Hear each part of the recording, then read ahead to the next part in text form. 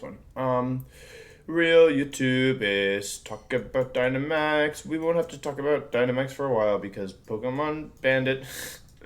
Hello.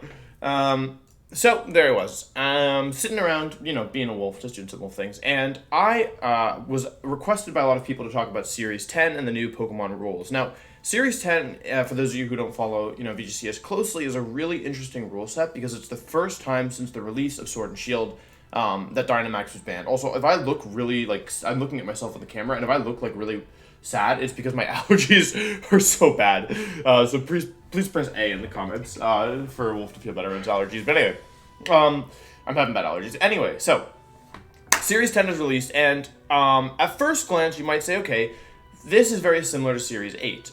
You're allowed one restricted Pokemon, which is a special legendary Pokemon, normally a box art Pokemon and not a mythical Pokemon, and no Dynamax. So it seems like a relatively straightforward rule set, but this is, if my guess is correct, this is probably the most, different rule set we've had so far during Sword and Shield, just because of how centralizing, a theme Dynamax has been. So, you might think removing Dynamax it doesn't change the game that much, but the truth of the matter is that it should, I think, fundamentally shift things pretty significantly. And for my money, I'm actually pretty worried about this format. I think there's a chance that this just becomes a really volatile format. But we'll see. I mean, I haven't played any yet. So for this video, my goal is basically just to kind of give you a rundown of what to expect, and I'll give you maybe some idea for which Pokemon I think are going to be strong, and maybe some trends and some differences between how strong, or things that are good in Dynamax format and things that are not, or as good in Dynamax format and vice versa. So, yeah, because I know many of you, probably many people in general, started with Sword and Shield, and so this will be, I think, many players' first time playing in a non-Dynamax format. So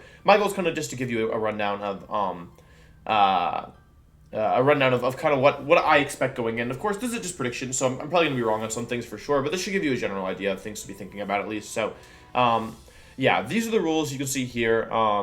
This is single, sorry. This is, doubles rules. You get one restricted Pokemon, which I don't really like one restricted formats. I've only played it once. I feel like the issue with one restricted formats, for those of you unaware, here's the restricted Pokemon: Mewtwo, Lugia, Ho, Kyogre, Groudon, Rayquaza, Dialga, Palkia, Giratina, Reshiram, Zekrom, Kyurem, Xerneas, Yveltal, Zygrade, Cosmog, don't really count, Solgaleo, Lunala, Necrozma, Zacian, Zamazenta, Eternatus, and Calyrex.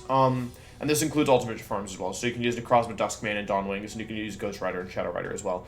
My issue with one restricted Pokemon formats is that you're very strongly incentivized to not use one of the weaker or one of the mid-tier to lower tier mons, even if they have a niche. So for example, Ho is a Pokemon that's a solid mid-tier a lot of the time, right? It's got really good defensive stats. It has Regenerator now. Sacred Fire is a really strong move. Fire and Flying are good offensive types. It has a lot going for it. However, it doesn't, when you consider its damage output to something like Kyogre or Zacian, it's definitely a more balanced Pokemon, right? It's bulkier. It has recovery, and it's a Pokemon that, although it might not get one-shots a lot of the time, it's still a Pokemon that's really valuable. In a two-restricted format, you're able to actually utilize that, right? You can use Ho-Oh plus Kyogre, or maybe Ho-Oh plus Zacian, or Ho-Oh plus Groudon, right? Because you can kind of supplement the damage. You can have a restricted for damage, and you can have a restricted for, support / bulky offense. In a one-restricted format, you're really strongly incentivized to use one of the most powerful ones, because, these restricted Pokemon in theory are stronger. They pretty much across the board, they're going to be stronger than most non-restricted Pokemon. So if your restricted Pokemon is weaker in terms of damage output than your opponent's restricted Pokemon, just in a vacuum, you're going to be at a disadvantage. So that's why I don't like one restricted formats, but I've never played one without Dynamax. So yeah, we'll have to see if that changes things. I guess quickly, first kind of predictions for this. Zacian should be really good. I think Zacian's a broken mon, so there's no reason it shouldn't be broken. Yeah, I mean, it loses the benefit of Behemoth Blade, but it doesn't. Behemoth Blade just means it basically ignores Dynamax anyway. So yeah, it's not it's that big a deal for opponents not being able to Dynamax. And since Zacian can't Dynamax itself, it really doesn't affect Zacian that much. Of course, Kyogre I think is probably going to be one of the big three or big four here of this format. The reason is that with Kyogre, you have Water Spout, which is incredibly powerful, and we saw Choice Scarf Kyogre, we saw Tailwind plus Kyogre doing well, even when there was Dynamax allowed. And one of the key things about Dynamax that we're going to talk about is that Dynamax allows you to double your HP pool, which means a lot of these really offensive Pokemon, like Kyogre, Regieleki, Urshifu, even Rillaboom to a certain extent, these Pokemon that can do a lot of damage and attack quickly a lot of the time, you have every trainer during a battle will have a defensive tool against them, because they are able to double one of their Pokemon's HP pools. Now, without the defensive option of Dynamax, I'm worried about a Pokemon like Kyogre because Kyogre's one of those mons where if you're out of position versus this thing, like, yeah, like you're gonna have a bad time basically. So you can Scarf Kyogre, you can run Tailwind Kyogre, you can also run Specs Kyogre, which I'll talk about a little bit later when we talk about items. Yeah, and then I think Xerneas probably has a chance to make a resurgence. Xerneas like wasn't as strong in the Series 8 as I expected. Personally, I thought it was going to be a lot scarier, but Dynamax actually helped to keep it in check a lot because the Xerneas' real thing is it has to take a turn setting up, but then it's like very, very, very powerful. For anyone who's unaware, Xerneas' attack Geomancy doubles its, or gives it +2 for speed, special defense, and special attack, which is effectively doubling it if you're at neutral. And then from there, it just kills everything because it has Stab, Moonblast, which is one of the strongest moves in the game with no drawback, and actually an additional secondary chance to lower special attack, and its ability raises fairy moves even further. So this thing is like, you had to for example, Primal Groudon, who's an extremely bulky Pokemon, you had to like EV to not get to a KO, as I recall, from +2 Xerneas. So it's very, very, very powerful. However, with Dynamax, like, it wasn't OHKOing as much as like it needed to, I think. And so like that plus a couple other factors, like Regieleki is actually pretty good into it if it's on the field at the right time. Made Xerneas like a bit like worse. Also, like the support Pokemon weren't as strong. For example, Fake Out isn't really as viable an option to protect Xerneas when your opponent can just Dynamax and ignore it. So you're pretty much exclusively relying on redirection. There's a number of factors that went into it, but basically Xerneas was not as good as expected. However, with the removal of your opponent's defensive tool with Dynamax, I think Xerneas should make a resurgence, and also Dynamax benefited opponents more than it benefited Xerneas, so I think that comes into play as well. And Fake Out, which is another thing we're going to talk about, is back as well. So yeah, those are kind of my big three that I think were like, those are the ones that I'd be looking at to be the strongest. I've also heard whispers that Eternatus is actually good now. I don't know much about Eternatus, so we can just quickly take a look at it. It has Pressure, which isn't very good. It has Dynamax Cannon, which is like basically the same as Yveltal, but Dragon Poison isn't inherently bad typing, and it's relatively fast. And that's Eternax. It's relatively fast and hits relatively hard, so I'm not. This isn't one that I bet on, but this is the one that was pretty bad in the last format that might actually be good. I think it gets Meteor Beam as well, from what I've heard. So, yeah, Meteor Beam. So, yeah, you can run Power Orb with this thing. So, if you're a big Eternatus fan, this might be your time to shine.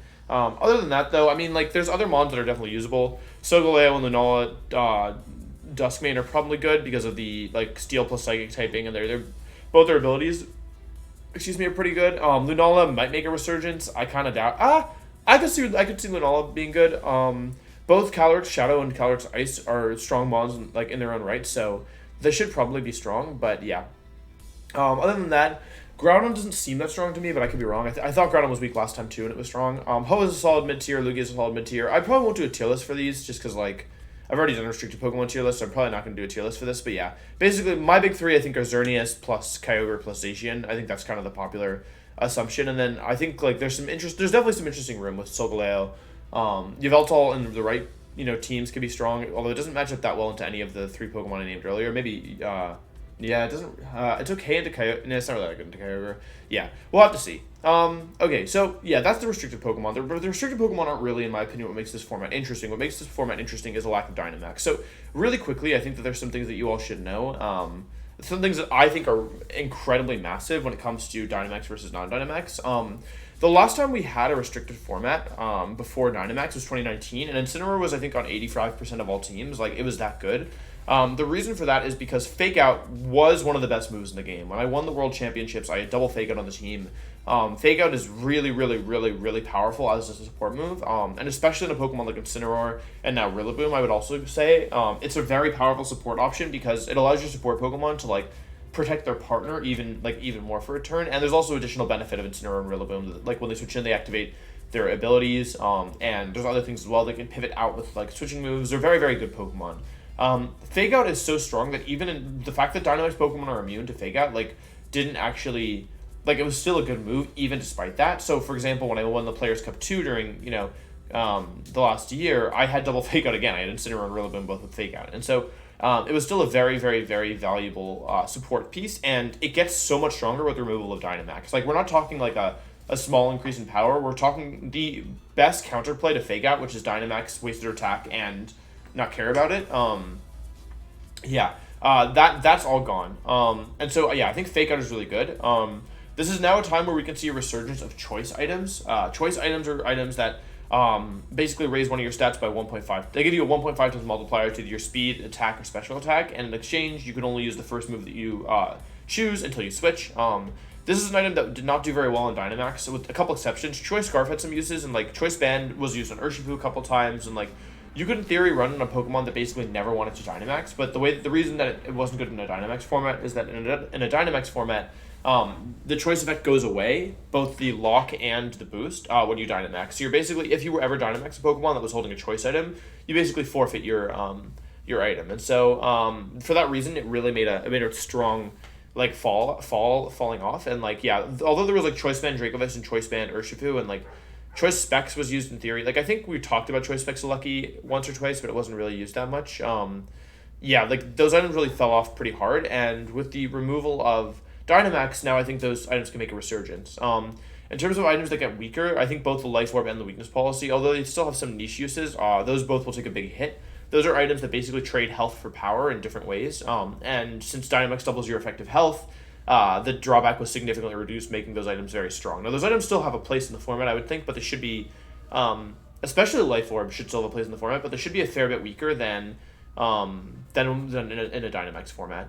In terms of Pokemon that I think are good, I mean, I think that like the big three to me are going to be like, well, maybe not the big three, but I think Intimidate, Incineroar, Fake Out, Parting Shot, and then Flare Blitz +1, depending on the meta. I usually run Taunt, but you can also use Darkest Lair if like you want, if you like are worried about like Calyx Ghost or whatever. Actually, that might be worthwhile. Like this Incineroar is probably gonna be good. I think Regieleki. So Regieleki is a mon. Maybe okay. Actually, maybe I should talk about what worries me the most about this format. Apart from like even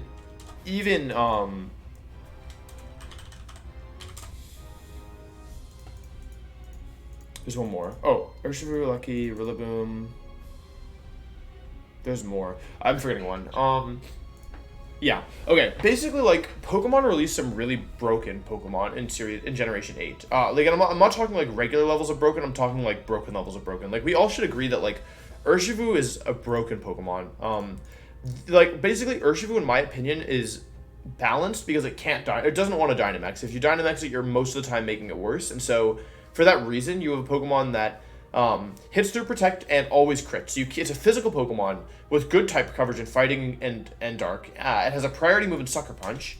So you have like, this is just your standard set, right? Detect Close Combat, or actually Surging Strikes might actually be better now because, yeah, like Surging Water is a pretty good offensive type as well. But you have this move set, right? So you have great offensive coverage, good offensive stats, not even that frail. Like, okay, the Special Bulk isn't great, but 100 HP, 100 defense is totally fine, especially for a mon you're not investing in. Like, neutral attacks, it can actually be 2 KO'd by, or like 3 KO'd by sometimes, depending on the situation, right? It can always crit, and you can't protect against it. So, so how do you balance a Pokemon like this? How do you release a Pokemon like this? Because it also has priority to pick up weakened mons. Well, Urshifu is weakened significantly by Dynamax. The mechanic is really bad for it because, basically, like, by doubling your opponent's effective HP while not being able to increase your damage output because you're not Dynamaxing yourself, and even if you do, you actually get weaker because Close Combat gets weaker, and Gmax, this gets like 10 base points stronger, maybe, I think, but yeah, other than that, it's like pretty much weaker. Basically ensures that a Pokemon like Urshifu is not fighting in a neutral state. If your opponent Dynamaxes, Urshifu can be at a disadvantage, and also takes advantage of the fact that the most common item on Urshifu is Focus Sash. So Dynamax allowing you to attack through Protect, and break the Focus Sash and finish off 1 HP Urshifu is another really, really solid tool. Now, we're removing all of that, and I want you all to think about how Urshifu is a very powerful Pokemon, I think. I don't think I'm crazy for saying, I don't think most people would disagree that Urshifu is a really strong Pokemon in all of the formats it's been allowed, and Urshifu has been a top tier Pokemon, and that's with the opponent always having access to Dynamax to boost its, to give it a defensive tool. I think people most of the time think of Dynamax offensively when really, defensively, it's actually pretty valuable as well. Even if you use it on an offensive Pokemon, that doubling of the HP pool is really valuable and has allowed more offensive strategies to really shine. Without that, I'm really worried about a Pokemon like Urshifu, but it's not just Urshifu. I'm also worried about like Aleki and Rillaboom. Like basically, like all three of these mons were introduced in Generation 8 and are just legitimately broken. I actually don't know what you were thinking. This thing has insane stats. You can make it really bulky with Assault Vest. You can give it the Miracle Seed, and then you give it okay. When you think about priority, there's normally a catch, right? So with Aqua Jet and Shadow Sneak, those are 40 base power moves, right? With Sucker Punch, your opponent has counterplay in that it only works if you move before your opponent, aka they don't use a faster priority move, and they go for an attacking move. So it doesn't always work. Like, you could even attempt Double Protect to ensure no Sucker Punch if you predict Sucker Punch. Grassy Glide is a 70 base power move that's powered up by Grassy Surge. making it, oh god, 17 times 1.3. It's like basically a 90 base power move, right? That's public math, so I might be wrong, but I think it's like 91 base power in the grassy terrain. That always moves first and has boosted by stab and miracle seed. So you're actually like even 91 base power before stab or miracle seed, by the way. That's just grassy surge, grassy glide. This thing is really like, this thing is not going to be one-shotting a lot with Grassy Glide unless it's super effective, but the thing is that, like, it can very easily pick off low HP Pokemon, and by low, I mean, I don't even mean, like, 10%. I mean, like, you have 40 to 50% on, like, a Frail Mon, and your opponent is, like, offensive Rillaboom, because, by the way, Choice Band is viable now, again, like, especially on this thing. Choice Band Grassy Glide can do a lot of damage, and, like, one of the things keeping this Pokemon in check was the fact that, when your opponent Dynamax, their centerpiece of that battle, as I think Dynamax mostly tells you like where your opponent like wants to put their eggs in the basket for that battle. But that Mon is gonna it's gonna have more HP, even like not ignoring the fact that it might, if Rillaboom versus that Mon, it has more HP during those turns, it's gonna take less from your other attacks, so therefore it will have more HP by the time Rillaboom wants to Grassy Glide it. Remove that, and I'm a little worried about a Pokemon like Rillaboom, which hits fast and hard, like, right? And also is bulky. Rillaboom kind of has everything going for it. It doesn't have the highest base speed, but it has great defensive stats. It's got good offensive stats. Stat, I should say, in the attack stat. And it has a really broken combination of moves. It's just a broken Pokemon, and I think like one of the best things keeping it in check was the fact that, opponent of Dynamax, which made Grassy Glide a little bit less threatening. Because Rillaboom was so good, I have a feeling that Incineroar is going to be very, like, I kind of feel like you really want Rillaboom on teams to check Kyogre, because if there's not that many Pokemon that if you, like, opponent at least, let's say your opponent has, like, gets Tailwind and, like, has Kyogre in, and you don't have, like, a Mon on the field to deal with it, like, there's not many Pokemon who really want to switch in and can take Water Spout into Water Spout, right? Assuming you're slower than them, so you have to switch in, take the first Water Spout, and then they take the Water Spout again, so, I think Rillaboom will probably be pretty popular, because it is really good into Kyogre, though it's not enough for, because Kyogre can be paired with Tornadus, so you need more, but yeah. And then Incineroar, I think, is one of the best Mons into Rillaboom. So I think we're going to see a really heavy Incineroar-based format. I think Incineroar is going to be one of the most popular support Pokemon in the format, as a guess. Yeah. So I've talked about Rillaboom, like, basically really hits fast, hits hard, with priority as well, so it doesn't even care about speed control most of the time, and also has other things going for it in addition to Grassy Glide. We also have a Mon like Alecki, where, like, Alecki just does, like, Alecki is a really, really, really, really, really broken Mon. Like, out of all the Mons they've introduced in Generation 8, I might actually argue that Regieleki is the most broken, even more than Urshifu, even more than Rillaboom, even more than Dracovish. I think I might argue that Regieleki is the most broken. It only has electric moves, but those electric moves hit so hard, and it is so fast, and then with the changes to the speed mechanic, aka, like, Electro immediately drops your speed, instead of, like, waiting to the end, like, to the next turn to take effect, it makes Regieleki, like, really dangerous. So most of the time, Regieleki is, like, played, and at least in past formats, Regieleki has been played as, like, a solid, like, support Pokemon, basically, like, but it's like a mix of support and offense. You have, like, fast attacks with T-Bolt, Volt Switch, and going for damage, and it can also be a cleaner in the late game, and some people, in the right positions will Dynamax it and do other interesting things with it, but a lot of the time it's there to, like, use Electro Web, be really fast, and then, like, basically disrupt early game with Electro Web, and if it survives to late game, pick up kills with Thunderbolt, because, like, opponents will be weakened and they'll be in range. Now, what I'm worried about with Alecki is, two of the best counterplay to Alecki, again, is Dynamax, because Electro Web lowers speed, and so Max Airstream is a way to get around that. I don't know, actually, I wouldn't argue that much. with Electro Web, but I would say that, like, Alecki hits very, very, very hard with Thunderbolt, because it's always basically carrying Choice Specs. Transistor, for anyone who doesn't know, applies a 1.5 times boost, which is as much as Choice Specs to all electric moves, and Alecki only runs electric moves. This thing, like, basically, to, like, hitting anything for neutral should be doing about 50% at least, like, yeah, and especially, like, a lot of people run Magneton as well, so it basically does a lot of damage with Thunderbolt, and one of the best counterplay for this was the fact that, like, you could have Pokemon on your team be healthier because you were Dynamax. You can give yourself random boosts, like special defense boost with Max Quake, speed boost with Max Airstream to prevent it from, like, coming in at the wrong time, or setting up on you, or all that jazz, right?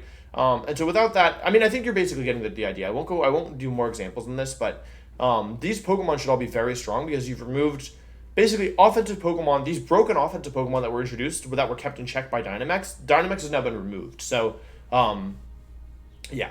So I think that these Pokemon that can hit really hard and hit fast, or have, remove the, like, hit hard and do something different than what, a lot of other Pokemon that hit hard do. In Urshifu's case, it's, it's attack through protect and always crits. You don't care about physical mons. In Alecki's case and Rillaboom's case, it's attack quicker, but, like, before your opponent moves. I think that makes these Pokemon really threatening, and this is both Urshifu Dark and Urshifu Water. I don't know if I clarified, but yeah. Basically, these mons worry me a lot, and I wonder what the counterplay is, because like Incineroar plus really like even these 4 mons, if I threw them on a team, I'd probably start winning games. Like throw any restricted on here and I'd probably start winning games. I guess the last thing I want to talk about in regards to like Dynamax and the Dynamax format and what changes here is, oh sorry, I didn't realize Lucky's face was cut off. That's my bad. My bad. Yeah, whatever. It's fine.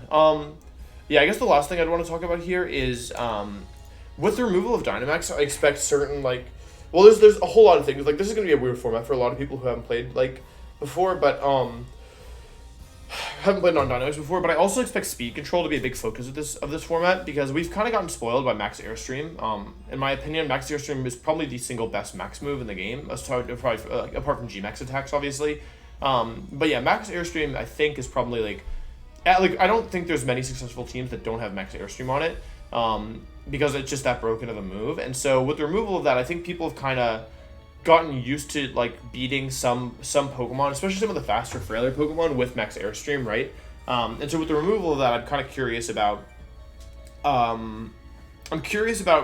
how speed control plays out in this format. So I think Trick Room I think Trick Room is a lot stronger in this format, because you don't have the same like offense or defensive tool in Dynamax to help survive the assault, right? So Glacial Lance, Calyrex Ghost, Torkoal with Eruption, right? Like these are mons that are really powerful and hit really hard, and one of the best ways to deal with them is to use Dynamax to double your HP pool to survive the hit. So I think Trick Room plus Strong Sweepers, I just think Strong Sweepers in general should be really strong here. I think like speed control's kind of king, because yeah, like Talon plus Water Spout, like they removed one of the best defensive tools in the game, as well as one of the best offensive one. I'm not saying Dynamax is only a defensive tool, but I think the defensive aspects of Dynamax were helping to keep some of these more offensive mons, especially like all the mons on your screen here don't like to Dynamax. So they're mons that don't, like these are mons that were arguably some of the best Pokemon in the format, you have a very strong argument to make that these mons that I'm showing you here were some of the best in the format, and now they never Dynamaxed. Or like Alecki sometimes, Rillaboom you could, Urshifu I've done once maybe, like,